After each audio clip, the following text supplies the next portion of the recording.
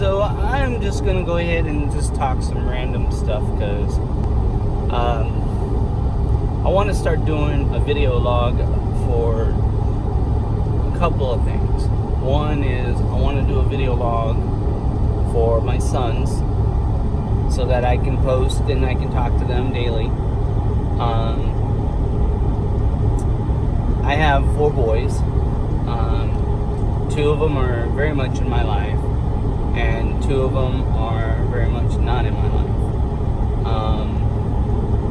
It's not that I don't want them in my life or that I haven't tried to get them in my life. With my eldest son, I've tried everything except for go to court and spend ridiculous amount of money that I don't have and fight the judicial system and his mother's lies. She's lied about everything about me. So it makes no difference. I mean, he believes what he believes, and I can't change that. I love Ethan with all my heart. I've never stopped loving him. My son Ethan, when you hear this or when you see this, know that anytime you want to reach out to me and you want to call me or you want to talk to me, you know all the avenues. I've laid it out. I wrote letters to you for 3 months straight. I've sent you an iPhone, I've sent you an iWatch, I've sent you countless ways to get a hold of me. I made a website for you and your brothers. I have 2 Facebooks, I have Instagram, I have everything you can get a hold of me. Besides sending up a smoke signal and actually going and knocking on your door, there's not much I can do. For people who are going to say, hey, well, why don't you just go knock on the door? Well, if I go knock on the door, there's a couple of things could happen. One, his mom has been very notorious for lying about a lot of things. One, she'll lie and say that I tried to hurt her, or I'm harassing her, or I tried to steal Ethan. She's made a lot of claims to her lawyer and her court. Said I abandoned him, and never abandoned him. Matter of fact, I did go to court and fight to get contact with him, and they were choosing to give me a phone number, and she did give me a number like she was supposed to, but it automatically goes to voicemail for the last 11 years, 12 years now. I still have the number, and I still call it, and I still get the same result. So the courts don't care. You know what? I'm not here to bash women, because that's not about a woman and a man thing. It's just about the court system. And they allow it, and it's going to continue. And they want family separation. They want the kids separated from their parents when the relationship doesn't work out. They want the mother to have the child, because most likely the mother is going to have to go on welfare, and then that becomes an award of the state. The child becomes a ward of the state. Even though they still live in the mother's house, they become a ward of the state because they give them state awards. And they're going to say, well, what about the father paying child support? Yeah, that's right. Child support is very important. And with my sons, when I have the opportunity to be with my sons, I will pay child support. But if you're not going to give me the opportunity to be able to raise my son and be a father to him, then you know what? I go ahead and I'm not paying that child support. Now, the courts and the law, they're going to say differently, and they're going to really work and try to get this money out of me, which is fine. That's what they're going to do. As far as paying child support, when the courts say, hey, look, Mr. Christensen, here, this is your son, you can go ahead and visit your son, you can talk to your son, you can get in contact with him, at least give me some pictures. I haven't seen a picture of my son since he was 5 years old. 5 years old. So that's just how how the courts are. When I went to court and asked for a picture, I asked for I asked for a phone number, I asked for whatever I asked for.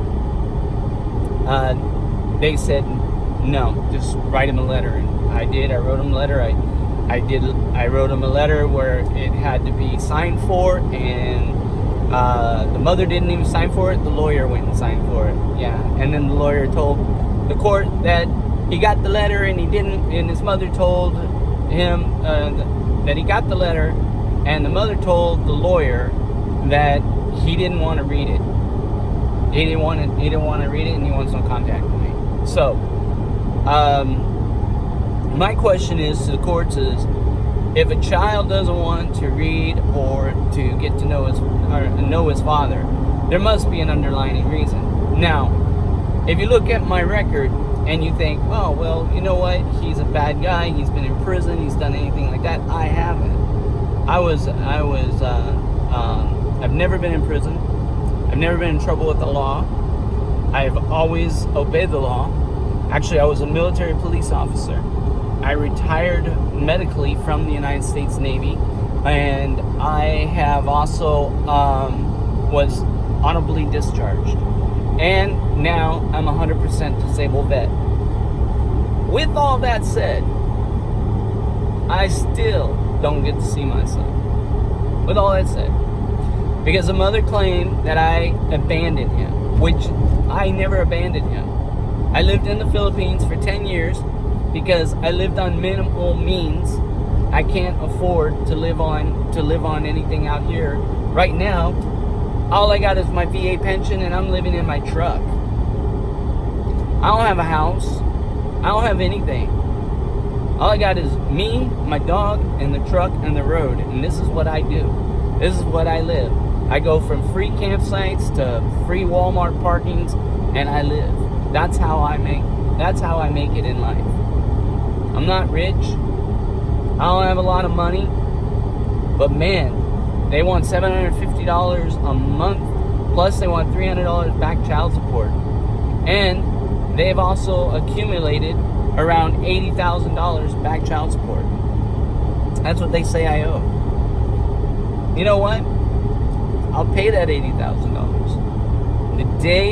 The day you let me see my son, I will start paying on that money. I will. I pay on both of my other sons. My third son, or my second son, Liam, and again, when the mother doesn't want to share a child with you, when she is taking you and the family is taking him away from me. So 2 sons that's happened to me. 2 of them. Ethan and Liam. And I'll talk about Liam in a minute. I'm going to finish with Ethan. So my son's 16 years old now. And he can make a choice to find me and to see what the true story is. Or he can believe his mother, his uncles, and his aunts. And believe that I never wanted him and I never wanted to be with him. I don't know what she told him. And in time, I'm sure I'll find out. And if I never don't, I never don't. I have cried so much for you, son. I have a broken heart because of you. Not because of you, but because of how everything turned out. I have a broken heart because how I am not being able to be in your life. When your mom and I got divorced, she told me, we're divorcing, you will never be his father, ever. Ever. That's what she told me. Now, your mom, if she wants to tell the truth or not, it's up to her. But your mom was abusive. I got the court records. Actually, I have the police records in Guam. She beat me up. You ask why she beat me up? Because we were going to have a divorce, and I wanted to separate from her. Because your mom was not a good person to me. To you, she may be an amazing mom. I have no idea. But to me, she was not amazing. She was not amazing. So, I'm not going to sit here and badmouth your mom. Because In time, everything will come out. And that's what I believe. I believe our Heavenly Father will expose it for what it is, and you will see. So I'm not going to say anything other than that. All I'm going to say is, I miss you. I love you. I want you so much in my life. At any time you want to get a hold of me, my number, 609-920-9695. You can get a hold of me on my Facebook, Sean Christensen. You can get a hold of me on my Instagram, Silverado24_7. You can get a hold of me on my Twitter, which is the same thing, Silverado24_7. You can get a hold of me on your website that I made for you, dad4sons.com. Any way you want, you can get a hold of me. And at any time you want me in your life, I'm there, son. You tell me to come to New Jersey and to come see you, I'm there, son. I'll knock on your door. I'll come and get you. Anything you want. You want me to live in New Jersey, next door to you, so you can spend time with me? I'll move there.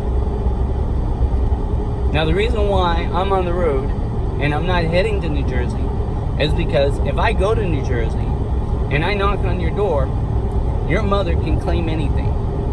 And she can put me in jail for just coming into the state and saying I harassed her, I knocked on the door, I tried to steal you. Many things she can do. So I'm not going to give her that opportunity. That's why I'm not coming to New Jersey.